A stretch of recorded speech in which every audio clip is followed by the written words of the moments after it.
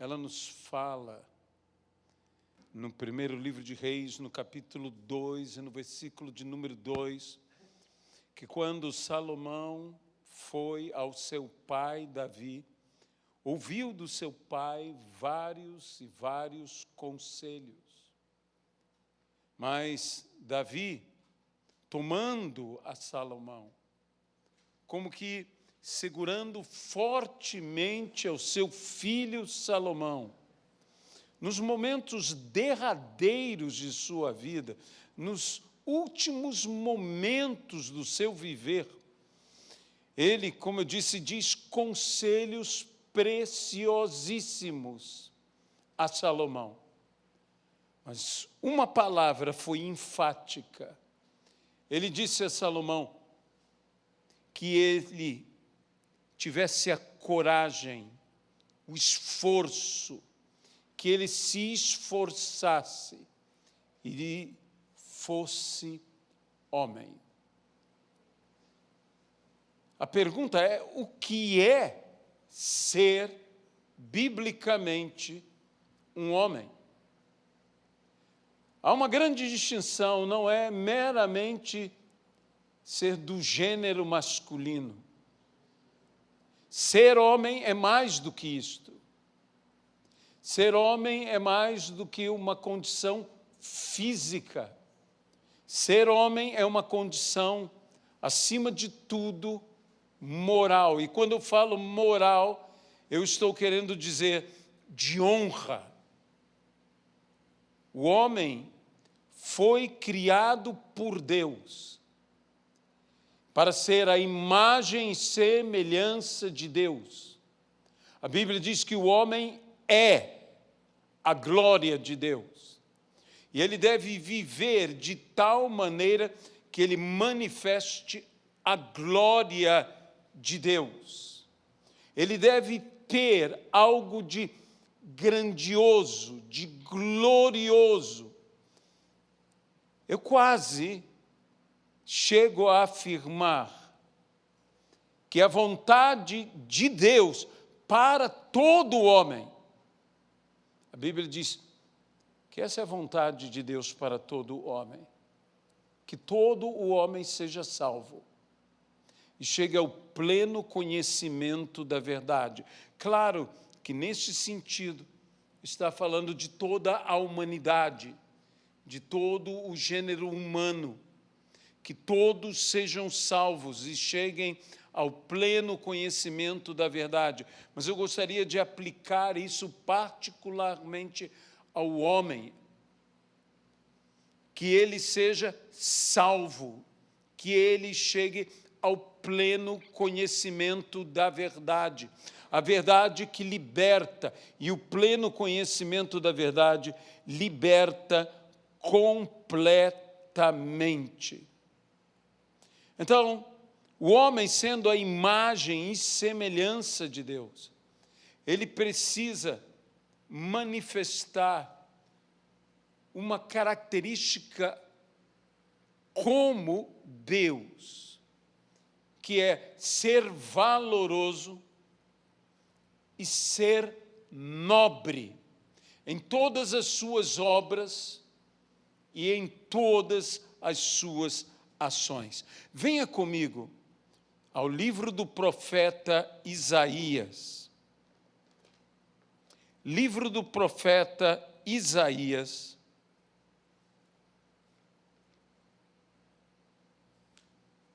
capítulo de número 32, e versículo de número 8. Mas o nobre projeta coisas nobres. Em algumas versões, o nobre pensa em coisas nobres. O nobre almeja coisas nobres. Eu poderia dizer, o nobre vive com nobreza. O que faz um nobre ser nobre não é o seu nascimento, como os que citam os de nobre nascimento, mas a nobreza de sua pessoa. E diz, e pela sua nobreza, pela forma honrada de viver, se mantém em pé. Que palavra extraordinária que todos nós deveríamos ter, principalmente em dias como os nossos dias, em que a identidade de tantos indivíduos tem se perdido, e que mesmo dentro da igreja, nós temos visto péssimos exemplos, que Deus tenha misericórdia de todos nós. Péssimos exemplos. A nobreza da pessoa de Cristo deveria estar presente em todos nós. Em todos nós. Quando Cristo foi crucificado, os homens que andaram com Cristo não demonstraram uma grandeza de caráter, uma nobreza de vida. Foi traído e entregue por um dos seus, por Judas Iscariotes. Foi negado por outro dos seus, por Pedro, discípulo, apóstolo do Senhor Jesus Cristo. Foi abandonado pelos demais discípulos, porque naquele momento de crise, e nas crises cada um demonstra o que de fato o é, a grandeza de caráter que possui. Sabe, há temperamento e há caráter. Há muitas pessoas que têm um mau temperamento, mas um bom caráter. Pessoas que você, ao lidar com elas, sabe das dificuldades por causa do temperamento delas, mas o caráter delas é bom. Isso faz uma diferença terrível para o bem. Mas há outros que têm, infelizmente, um excelente temperamento e um mau caráter. Sabe, esse é o grande contraste entre Pedro e Judas Iscariotes. Você não encontra no temperamento de Judas o homem talvez intempestivo que era Pedro. Falava, talvez tantas vezes sem pensar, se apressava em responder, era talvez precipitado em tantas coisas, e não estou aqui querendo de maneira nenhuma denegrir a pessoa do grande apóstolo Pedro. Mas você não encontra essas mesmas características no pacato, talvez até quieto, Judas Iscariotes. E às vezes o grande perigo não está com o explosivo Pedro, está com o calmo Judas. Porque o problema maior na vida não é o temperamento.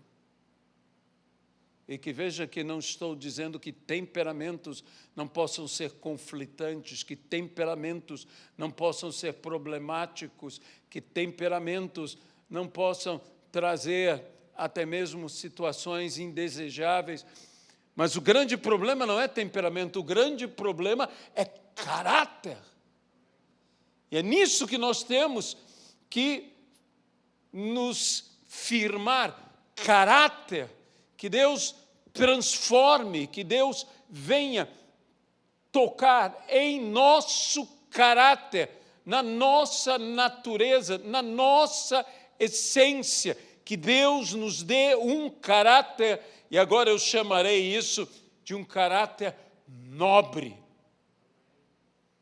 que anseia por nobreza. E quando eu estou dizendo nobreza, eu não estou dizendo de sermos os grandes, os importantes, os dominadores deste mundo. Eu não estou falando disso, eu estou falando daquela nobreza que nos distingue de todos os outros, aquela qualidade de essência do ser, de quem somos. Homens de valor. E eu oro a Deus que Deus nos dê uma igreja com homens e homens de valor. E as mulheres, também valorosas.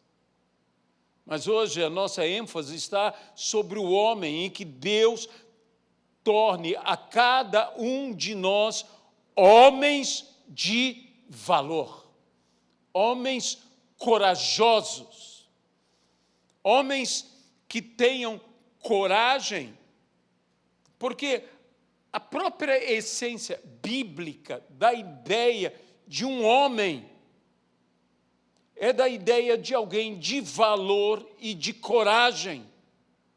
Existe uma palavra já em Gênesis, e não me refiro apenas ao que Deus disse, que é toda a palavra necessária: façamos o homem a nossa imagem e semelhança.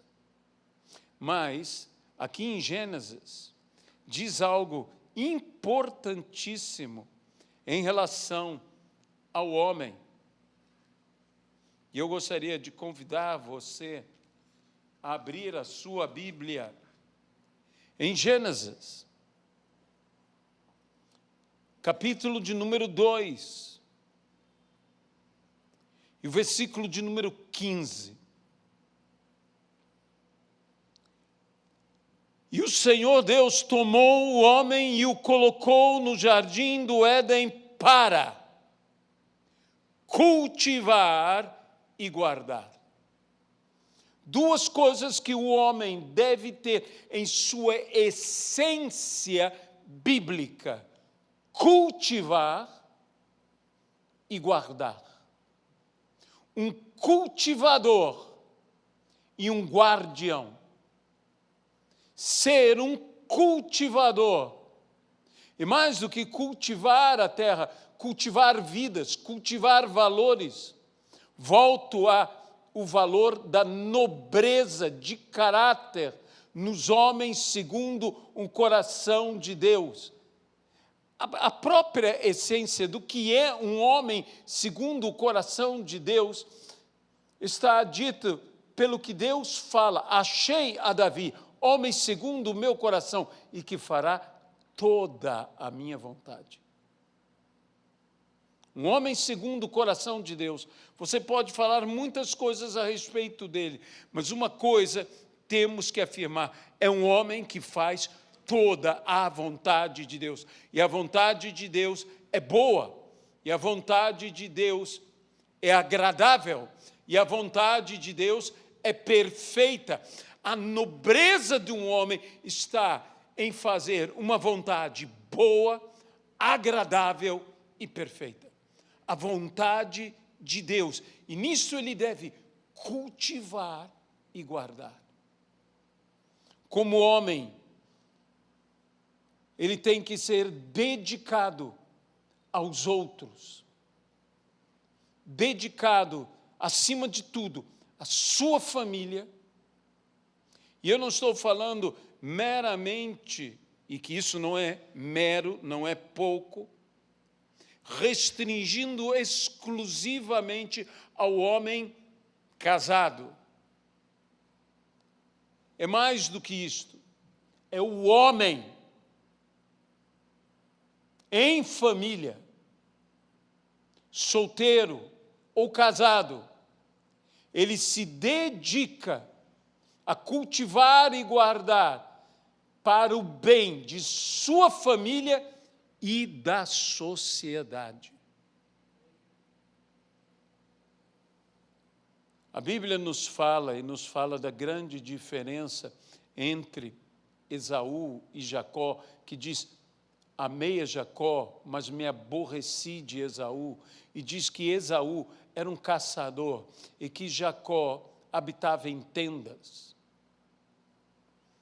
Às vezes nós não entendemos muito bem o que quer dizer isso, mas lembre-se que a primeira pessoa identificada como caçador nas Sagradas Escrituras é o prototipo do anticristo, que é Nimrod, homem valente, caçador. E um caçador persegue, um caçador embosca, um caçador coloca armadilhas. Isso é um caçador que embosca, que persegue, que coloca armadilhas. É um sentido que se encontra no caráter do que é o caçar. E quando se aplica de homem para homem, de um caçador de homem para homem, o que é o caráter do anticristo, que embosca, que coloca armadilhas, que persegue, que abate um caçador. No entanto, o que quer dizer que habita em tendas? A ideia bíblica do habitar em tendas é de uma pessoa que cuida dos seus, que se dedica ao bem da coletividade, que se dedica ao bem de todos que ali estão com ele. Um líder que se sacrifica pelos seus. Há de existir um elemento sacrificial de toda a nobreza. A nobreza tem um elemento de se autossacrificar-se. O autossacrifício, que não é flagelar-se, mas o autossacrifício, que é sofrer a perda para que outro ganhe, isto é a nobreza. E que nós temos que ter isto de saber, até mesmo perder o prazer pessoal ou até a própria vida, como fez Jesus, quando necessário for, se entregando, se dando, se doando, sempre de uma maneira valorosa e inteligente. Isso é nobreza. Isso é nobreza, e nobreza é caráter. O que é feito com amor, e eu chamarei isso aqui de um amor másculo. Um amor másculo. Onde o homem tem que amar como homem em nobreza. Mais uma vez, quando eu falo de nobreza, eu estou falando de hombridade.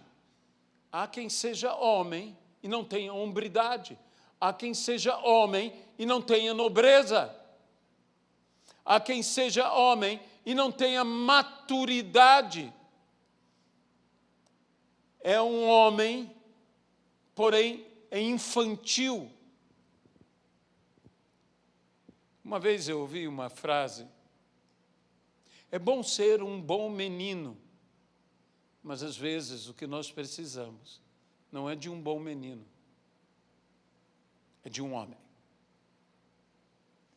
Às vezes o que a sua família precisa não é de um bom menino, mas é de um homem, que tome as decisões de um homem. Por isso seja corajoso, seja forte, empenhe-se, seja homem. Mas eu sou um bom menino, eu sou uma boa pessoa, eu sou um bom menino, todo mundo gosta de mim. Um amigão, não vamos tirar o valor disto, isso tem seu valor, mas muitas vezes o que as pessoas precisam, e o que a sua família precisa, o que a esposa precisa, o que os filhos precisam, de um homem, de um verdadeiro homem, com a nobreza de um homem, de um pai que se sacrifica, de um filho que se sacrifica, de um esposo que se sacrifica. Você dirá, mas ser um homem é só sacrifício? É interessante que a Bíblia fala algo sobre isso, que o homem deve amar a sua esposa como quem ama ao seu próprio corpo e o alimenta. Assim ele deve se dar à sua esposa como Cristo se deu pela igreja e morreu pela igreja e se sacrificou pela igreja. Então, essa característica sacrificial de dar-se, de doar-se, de entregar-se, de esforçar-se em prol de, é a nobreza que Deus espera. Um homem deve agir como um homem, deve ter um olhar de um homem, deve ter atitude de homem, deve ter decisão de um homem,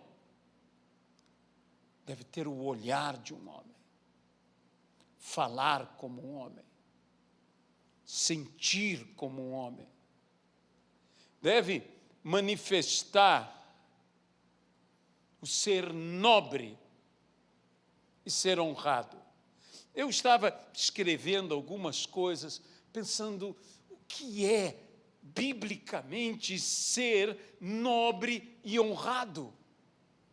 Se nós temos tantos exemplos bíblicos de pessoas que foram nobres, que foram honradas, e não é restritivo apenas a homens, mulheres que foram nobres e honradas, mas o que é ser nobre e honrado?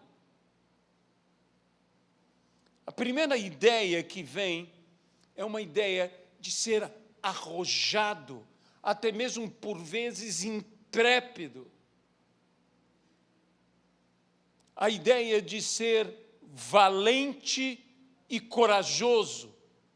Tudo isto habita na ideia de ser nobre e honrado. Mas vai além disso. Destemido e determinado. Sabe, em nossos dias, eu tenho visto que tem estado raro encontrar, desculpe-me falar dessa maneira, homens biblicamente, de fato. Existem muitas pessoas que nasceram homens, mas não assumiram biblicamente a sua masculinidade.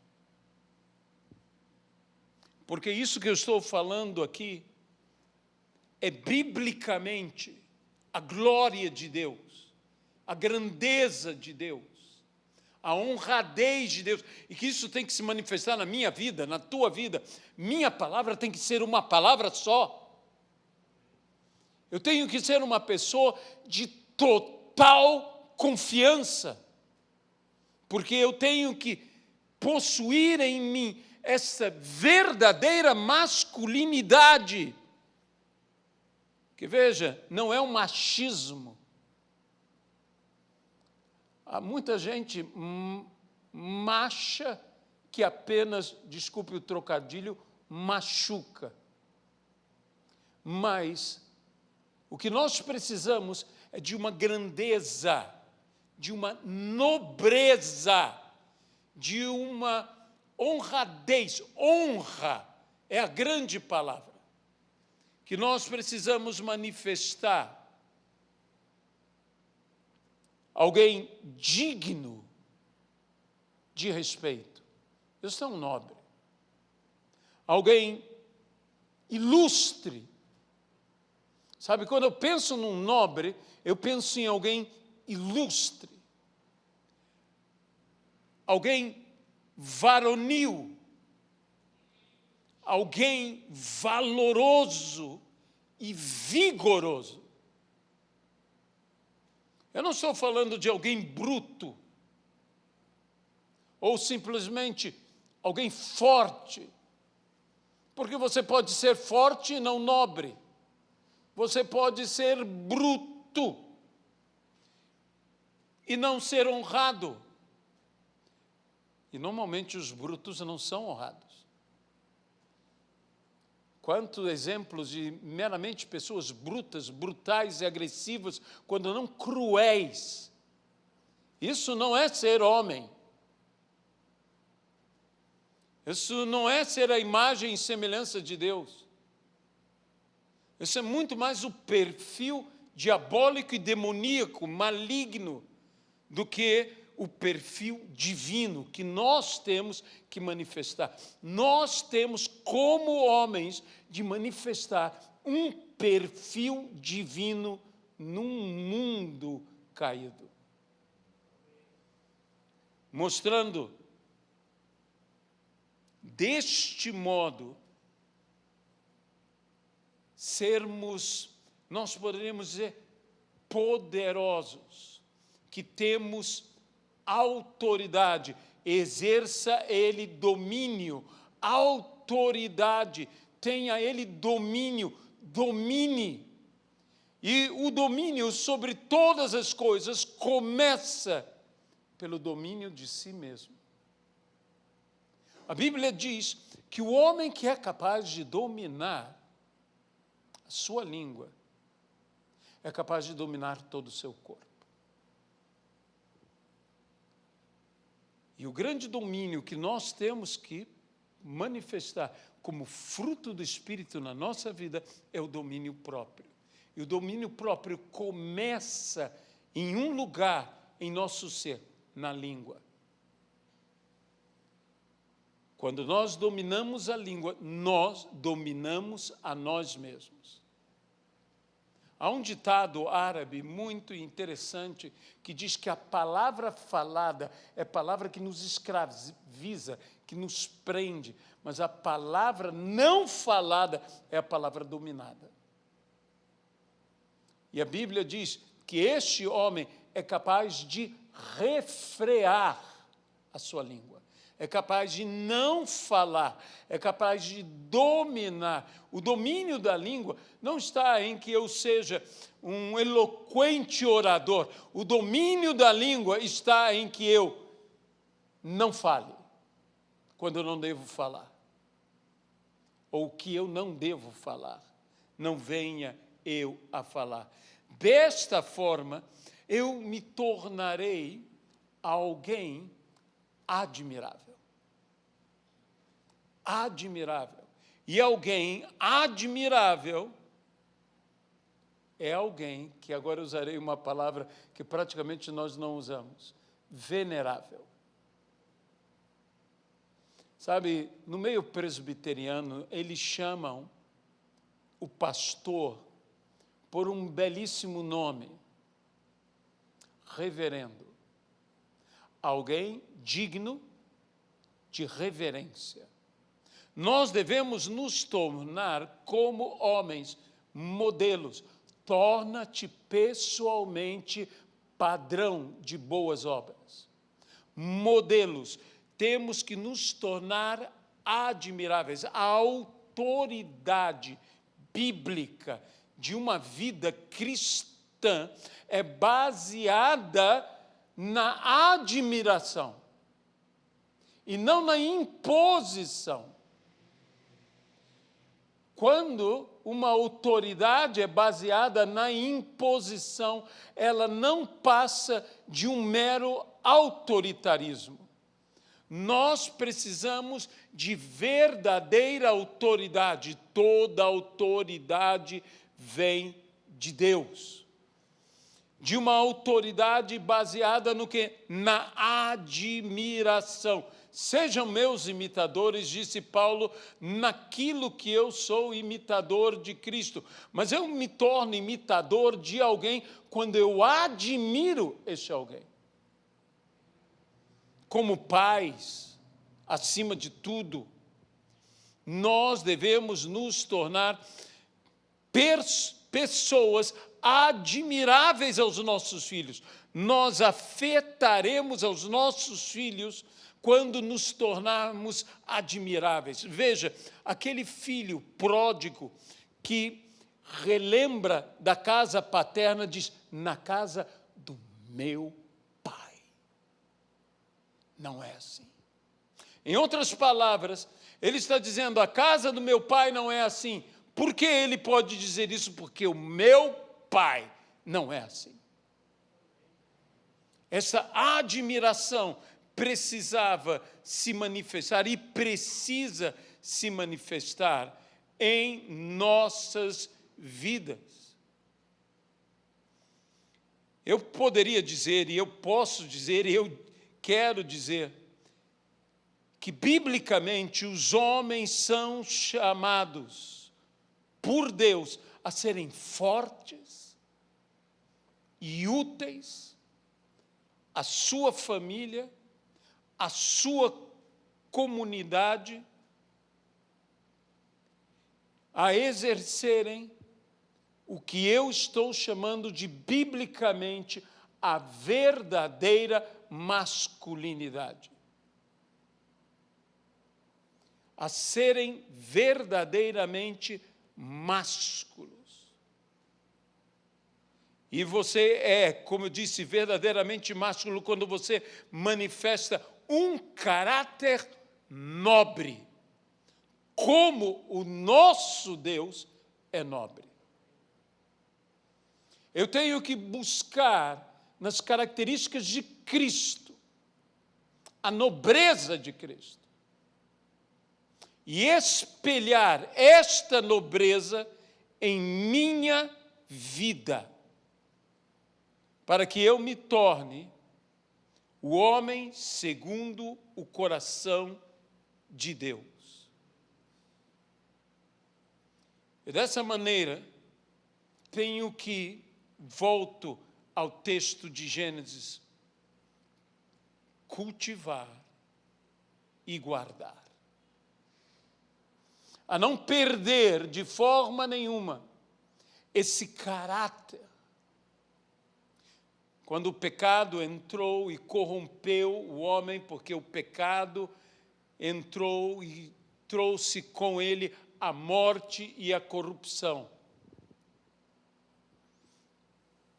A corrupção age em vida e age até mesmo após a morte, pela putrefação. Nós não podemos permitir o apodrecimento, desculpe a palavra forte, do nosso caráter. Quantos você poderia dizer tem um caráter podre? Podre. Essas duas atividades devem estar em nossa vida, pontuando a nossa vida em tudo que viemos a fazer. Cultivar e guardar. Cultivar e guardar. A Bíblia fala em mais de um texto sobre fazer um plantio e diz uma coisa interessante. E levantou uma torre. Porque você não só cultiva, você vigia, você guarda. A Bíblia fala sobre o homem que lança a semente e a semente cresce e se desenvolve e diz que ele observa. Por que ele observa? Porque ele vigia. e porque Ele cuida. Vigiar não é apenas olhar, vigiar é cuidar. Quando eu cultivo, o ato de cultivar não é apenas semear, é regar, é proteger, é fazer tudo o que necessário for para que aquilo prospere. E nós precisamos manifestar isto. Deixa-me dizer uma coisa, o seu nome e a sua reputação são como a assinatura de sua pessoa. Você pode dizer amém a isso? Isso é caráter. Isso é nobreza. Isso é masculinidade bíblica. O seu nome, a sua reputação, são a assinatura tua diante de tudo e de todos. Isto quer dizer, a tua palavra é sempre honesta, é sempre verdadeira. O teu sim é sim, e o teu não é não. Você não comunga das coisas que vêm do maligno. Você guarda a nobreza, o caráter, a integridade, a retidão.